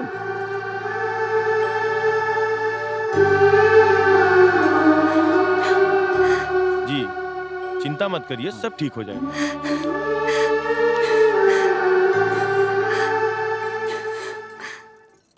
वो देखिए मैडम आ गई। गोली मारे वालन की धरपकड़ और तेज कर दिया जाए। पुलिस फोर्स तब तक यहाँ रही जब तक ई हॉस्पिटल से रिलीज नहीं हो जात बनी। जी मैडम, एक खुशखबरी है। प्रिंस को जांच कमेटी ने बलात्कार के केस में निर्दोष माना है। बलात्कार के समय वो उन लड़कों के साथ नहीं थे।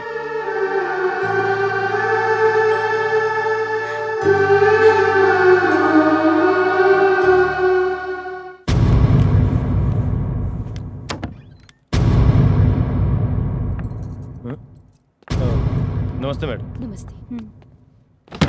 Nurse, yes doctor. जब तक मैडम अंदर हैं, बाहर से कोई भी नहीं आना चाहिए, ठीक है? यस सर। और मैडम, ये नर्स रिसेप्शन पे बैठेगी। आपको किसी भी चीज की जरूरत हो तो एक बटन दबा दीजिएगा, ये हाजिर हो जाएगी। धन्यवाद डॉक्टर। डॉक्टर साहब, अब तो घबराए की कोनो जरूरत नहीं है ना? बिल्कुल घबराने की जरूरत नहीं है। हाँ, खून थोड़ा ज्यादा बह गया था तो ब्लड चढ़ रहा है। ठीक बा। आइए। जी। सिस्टर जी। रउआ के पता कैसे चलल कि हमरा के मखाना की खीर बहुत पसंद है? आज दिन में सेब के साथ नमक भी रहे, और हाँ, हम सूते के समय 2 तकिया लेवेली। ये कैसे पता चला? ये सब डॉक्टर के निर्देश से हो रहा है सर।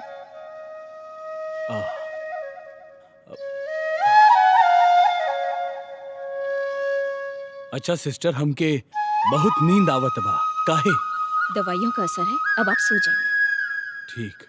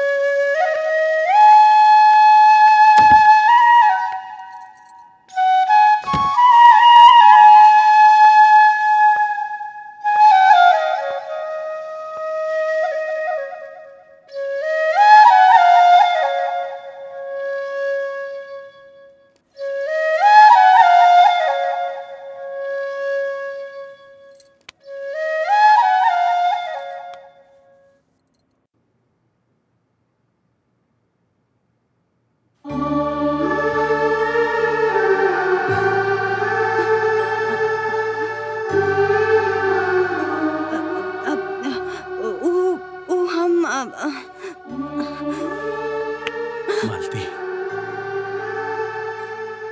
बैठी ना।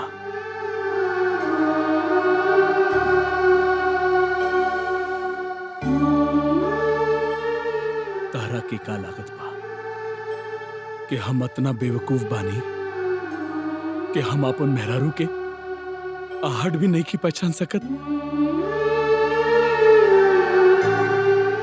हम जानत बानी कि हम तारा के पहचाने में गलती कर देनी। आज ओकरे सजा हम यहाँ भुगत रहल बानी। ना, ऐसा मत बोली जी। तू रात रात भर जाग के 8 दिन से हमार सेवा कर रहल बाड़ू, और हम तारा जैसन मेहरारू के छोड़ के उ नीच औरत के गोद में पड़ल रही। वो हमरा के कहीं के ना छोड़लस। हमार धन, ईमान, सब कुछ लूट के चल गए। तोहरा लेखा मेहरारू से हमरा के दूर कर देलस। हमार बाबूजी से भी हमरा के दूर कर देलस। तू ठीक कहत रहलू कि पाप और अन्याय के साथ मत दीही। ओकर कर्ज यही जन्म में इंसान के चुकावे के पड़ी। देखा न मालती, आज हम वह कर चुका रहल बानी।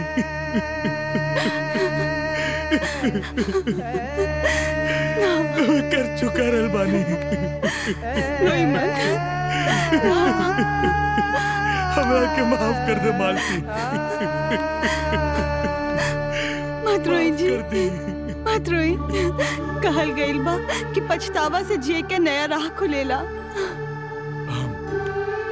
एक अपराध कैले हो कि त ठीक हो, लेकिन आज तक न जाने हम कितना अपराध कैले हैं। मालती, मालती, का तू हमरा के माफ कर सकेलू मालती? हम तो कितना दिन से राउर राह देख रहे बानी। बस रहुआ ही मुंह फेर ले रही। अरे हम तो घर परिवार के साथ रहे वाला औरत बानी। का रउआ हमरा के फिर से अपनावे खातिर तैयार बानी?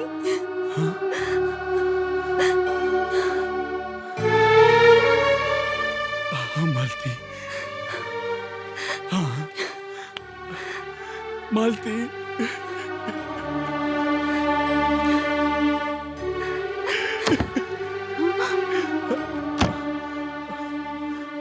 मैडम जी चली।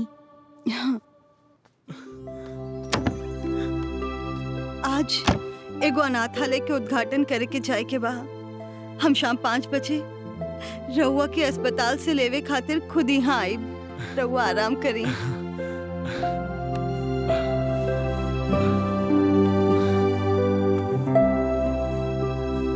ठीक बा।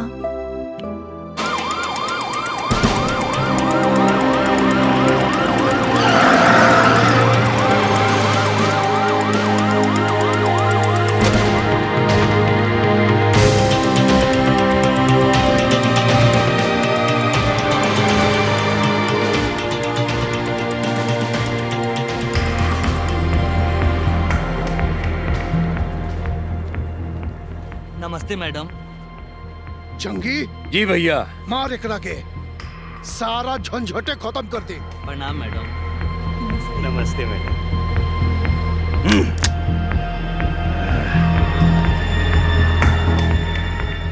चलट हमके मिले क्या हो? रुको, कहाँ घुसे जा रहे हो? रुको भैया। रोकी आए दी। ओके ठीक है। का भाई?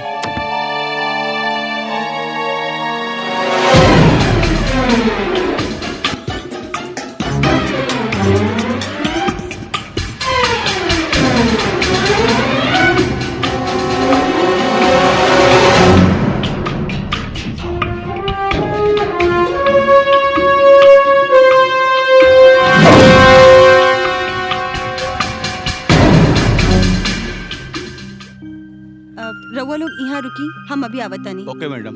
नमस्ते। जाना तनी ना मैडम जी, अनाथालय, अस्पताल, स्कूल और मंदिर में सुरक्षा घेरा के संगे ना जायली। अब जाता नहीं हम। जी रुको यहीं।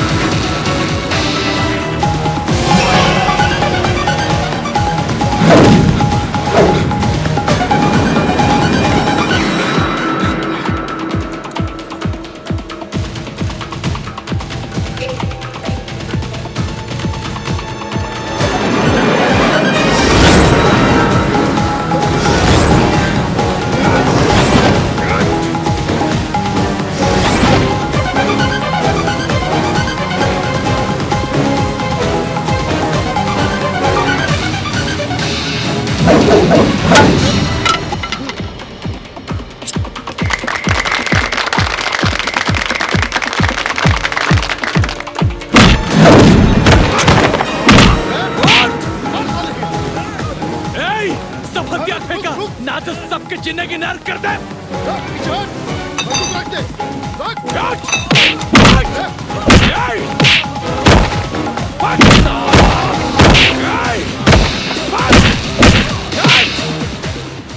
कई साल पहले गलती कैले रही, तरह के शमशान तक फेंकले रही, जरवला भूल कैल रही।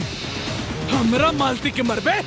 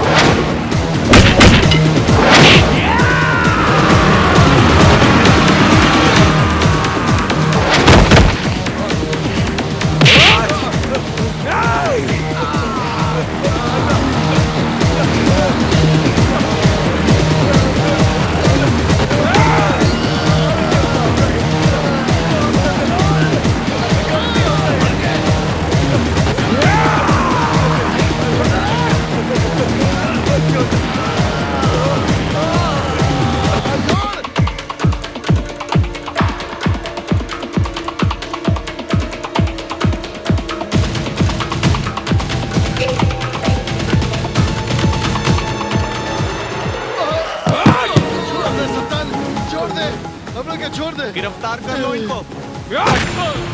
बोल, तारा का के है बोल। झटिया रूपा भागे के तैयारी में लागल वालो।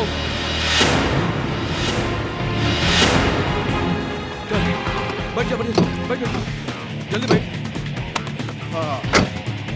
हाँ मामा, सब बात। अरे सब माल रख ले दिया नू। हाँ हाँ सब बात। आप जाके मन हल्का पड़। चल चल चल। चलो चलो जल्दी चले के। चल। अरे जगह भागे तेरे मां।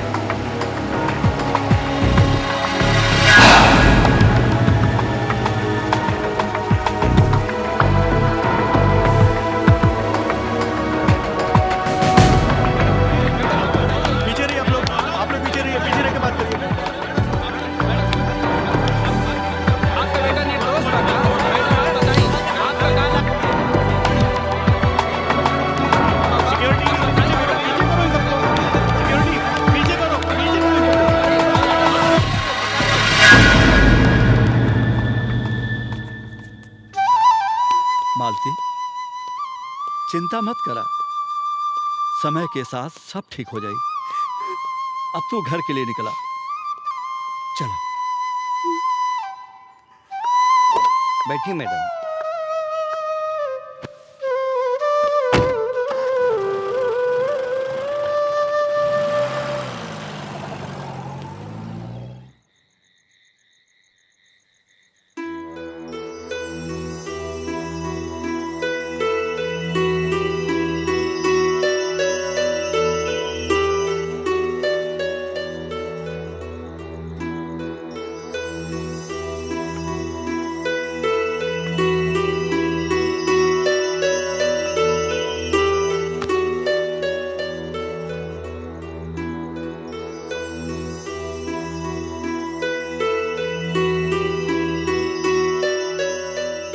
भैया जी तनी इसमें लाई।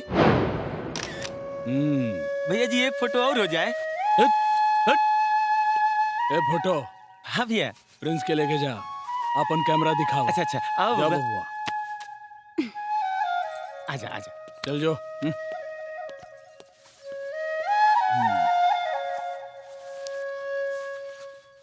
ए फोटो खिंचावल के समय ई मुहा खाए फुलवले खड़ा रहलू, बोलत काय नहीं की। हमरा नइखे बोले के। ओ मंदिर जाए के रहे, चला आप मंदिर ले जात हई। अब जाके का करबा, जब पूजा आरती के समय खत्म हो गई हुई, भगवान भीरी माथा टिकावे के भी समय नइखे। अरे दोस्त लोगन के साथ चल गई रहली। तो ठीक बा, दोस्त संगतिया भीरी जाके बैठी, हमरा के मत अनसाई।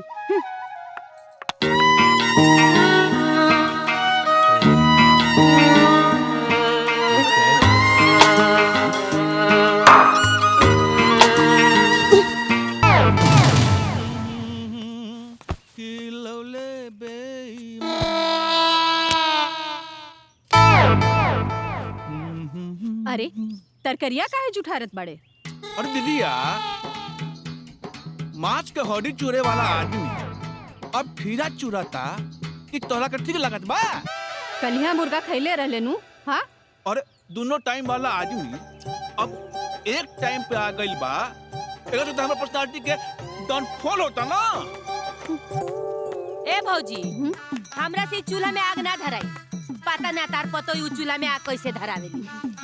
अरे का दीदिया? अरे अब तो रांची से लेके कराची तक खाना गैस चूल्हा पर लगल बा। दूसरा के कहे में हम ना चलीला। बबुनी तू तो रहेलू गैस सिलेंडर वाला रसोई में। तो ई बात सही कहता रे भौजी। अरे हम चाही त अजवे गैस लगवा दी, बाकी दुल्हन आयल बानी गोईठा लकड़ी में खाना बना के, तो हम कहनी येहू गोईठा लकड़िए में खाना बनावा। दीदिया ई दुल्हन और हमर भगिना कहाँ गल बरन सो? मंदिर। अच्छा देखा आइयो गइलू। अरे उम्र बढ़ा देलू हमर भगिना के। बैठ भगिना। दुल्हन तनी रसोई में देखा तो दाल चढ़ल बा, बाकी चूल्हा में आग जलते नहीं खे। जा तनी देखा। जी अम्मा जी। माई प्रिंस के भी भूख लागल है। ए दुल्हन तनी दूधवा गरम कर लिहा। जी अम्मा जी। बुआ 2 कप चाय रखा। ए बबुआ अब हमरा में जागर वागर बाना। ए दुल्हीन तनी तू ही चाय बना दिया हो 2 कप। बाबूजी कहाँ बाड़न? अरे वो खिलाड़ अतवारिया खातिर पंचायत बैठल बा, ओही खातिर गइल बड़न। इतवारी देवी के पेट से कोनो संतान ना है। इनकर पति मर चुकल बाड़न। आज ही अपन जीवन यापन के लिए पुश्तैनी जमीन से हिस्सा मांग रहल बाड़ीन और ओकरा खातिर ई अपन जेठ के ऊपर मुकदमा का धमकी दे रहल बाड़ी। अब आप लोग बताएं का चाहत बाड़ा? ई विधवा औरत के हम अपने पुरखन के जमीन में से एक टुकड़ा भी ना दे सकनी। काहे कि औरत के धर्म होला घर के एक कोना में बैठ के लोगन के सेवा करे, ई ना कि घूम घूम के बेश्यामतीन ई थाना कचहरी करत रहे।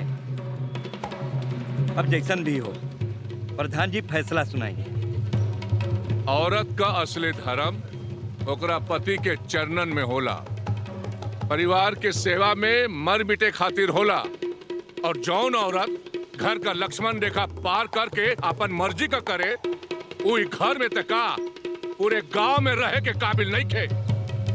ई पंचायत फिर पूछत बिया, इतवारी देवी तू घर का कोना में रह के अपन परिवार का सेवा के लिए तैयार बाड़ू? ना प्रधान जी ना, का हमरा जिए के भी हक नहीं के। हम ई न 50 लोगन के संगे ना रह सकेली। लोगन से पता चलल बा कि तुहार चाल चलन ठीक नहीं खे। पुश्तैनी जमीन का टुकड़ा तोहरा के जरूर मिली अगर तुहार बेटा रही, लेकिन शायद तुहार पूर्व जन्म का कोनो पाप रहल जे तू इस जन्म में बाज बन गई। फैसला तोहरे हाथ में बा, बोला।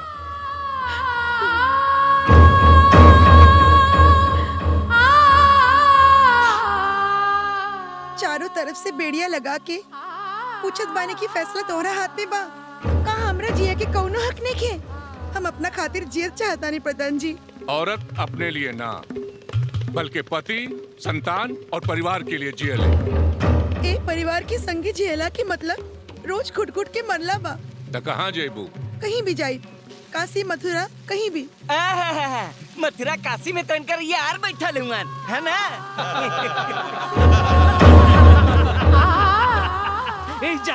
एजा तू एकर हक ले ले, बाकी ऊपर वाला के का जवाब देवे बच्चू। लोगन के बीच में बैठ के तू कहे लगा और करे लगा, एकर कुल हिसाब किताब ऊपर वाला लिखेला। अकेले बैठ के जितना परपंच खरपंच तू खर्च करत पड़ा ना, सब के हिसाब ऊपर वाला के पास बा। भगाई पगला के यहाँ से, भगाओ भगाओ। ई सब यहाँ न्याय हो रहल बा। ई पंचायत के पाप के घड़ा अब फूटे वाला बा। अरे फूटे वाला बा रे भैया, फूटे वाला बा। अरे फूटे वाला बा रे भैया, फूटे वाला बा।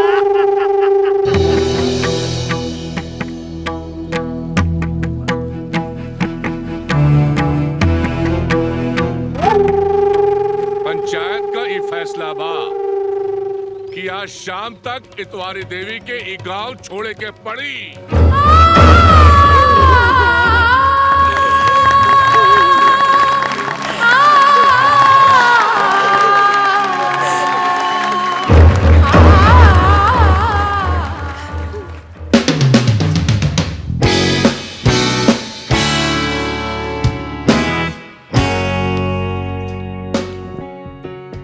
फिर से ऐसे सफेद फूल? लाल फूल तो आम औरतन आवनी से, सफेद फूल कुछ खास औरतन के खातिर होला। रउआ के तो पता बाना कि हमरा के टहकार फूल कितना पसंद बा। जाना था नहीं। आई खास बात के मारी गोली, जवन चीज देखे आ देखावे में अच्छा लागेला, हमरा के तो उहे पसंद बा। ए दुल्हन कुछ सुनलू ह? भाई साहब अतवरिया के गांव से बाहर निकाल दिया ना, बेचारी कहाँ जाई? अरे अम्मा जी जवन भइल तवन ठीके भइल, ऊ वही के हकदार रही। रात दिन झगड़ा लड़ाई सहत रही, आज गांव छोड़े के बात आई तो गांव छोड़ देली। तो का करत? मर्दन के साथे लड़ाई करत का? अच्छा हम ना लड़त रही? अरे ई बड़का बाबूजी तो दिन रात हमरा पीछे हाथ गोड़ धो के पड़ गई रहे कि हम शौक सिंगार करके आ मोटरसाइकिल पर बैठ के गांव घर ना घूमी, इनका पतो लेखा चूल्हा चौकी फूकी अब बर्तन मांजी। अरे छोड़ा छोड़ा ज्यादा सब बात के रहे दा। कहे छोड़ी? कहे के टाइम मिलबा तो कहीं ना का। अरे ऊ तो अपना मालती नियन हमरो के गंवार समझत रहन, सब तरह से हमरा पे कंट्रोल करे से थक गइलन तो अलगा बिलगा कर देलन। आ हम तो कहत बानी कि अलगा होके हम तो बहुत खुश बानी, कम से कम अपना मर्जी के तो जियत बानी जा। आ रहुआ के खाली ऐसा ही डराई के तो डराई। बड़के बाबूजी से जे जितना डराई वो उतने डरोई है। रूपा सही कहत बिया, इतवरिया के सीधे पुलिस स्टेशन जाए चाहत रहा, और बड़का बाबूजी के पंचायत में आज तक कबो सही फैसला भैल बा जे आज भैल हुई। पूरा न्याय कैले बाई पंचायत। तब का जौन औरत मर्द से जबान लड़ावत होके अपन परिवार प्रतिष्ठा के कोर्ट कचहरी में खींचत होके, वो औरत कबो शरीफ ना हो सकेले। हाँ एकदम ठीक फैसला कैले बड़न भैया। एकदम ठीक कहनी जीजाजी, पूरा रांची से लेके कराची तक ले ऐसन फैसला कबू ना भइल होई। अरे आगे बना के? अरे हम आवत नहीं, एकरा के पकड़ता हमार चाय जो है ना दलान में भेज दे के। चलो चल। अरे अभी ना दे। हाँ चला दादाजी के चाय दे दी। हाँ गरीबा तनी ले, बड़का मालिक के दलानी में चाय दे दे। जी मालकिन। चला चला चला बबुआ चला चला। ए दुल्ही, हमार चाय में तनी मीठा डाल दियल करा, फीका मत बनाल करा। जी फुआ जी, आगे से ध्यान रखब।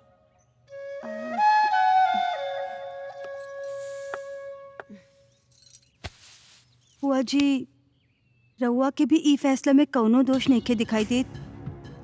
आखिर राउर ससुराल वाला भी तो रउआ साथे अच्छा व्यवहार ना कैले रहन। देखा दुल्ही, हम खानदानी बेटी हैं और खानदानी पतोल। हमार ससुरा में हमरा संगे अनबन भई, हम अपन भैया के घरे आ गनी। अब हम अतवरिया लेखा ना नू कि आदमी संगे जबान लड़ाई, पंचायत बुलाई। लेकिन फुआ जी, ई भी तो हो सकेला कि ओ बेचारी के पास रउआ लेखा नैहर ना होखे, शायद मजबूरी में। दुल्हन, जेकरे आँखी से लाज के पर्दा हट जाला, ओकरा के लोक लाज के कोनो चिंता ना रहेला, और उ बच्चले नितवरिया के चर्चा कैले के ई घर में कोनो जरूरत नहीं है। अगर काम से निपट जाए तो गोड़े में तेल लगावे आ जाइए। अरे ए दुल्हन, तनी हमरो गोड़वा में लगा दिया हो। बधाई हो प्रधान जी, बधाई हो। राउर पंचायत में कलेक्टर साहब सबसे ज्यादा फंड देले बाड़न विकास कार्य खातिर। का ई बात? अरे पांडे जी, तो लगले हाथ से हमार जीजा जी के एक बात के औरो बधाई दे दो। ई बार प्रधानी के चुनाव हमार भगिना स्वतंत्र लड़े वाला बा। अरे वाह, साच कहीं तो सरकार आपका जगह विधानसभा में बा। हाँ, कहीं तो मंत्री जी से बात चलवा दी। अरे सब ठीक हो जाए, काहे चिंता करत बाड़ा। लेकिन विरोध वाला खेमा हल्ला मचावत था सर। पांडे, हाथी चले बाजार त कुकुर भोकेला हजार। चाय पियो।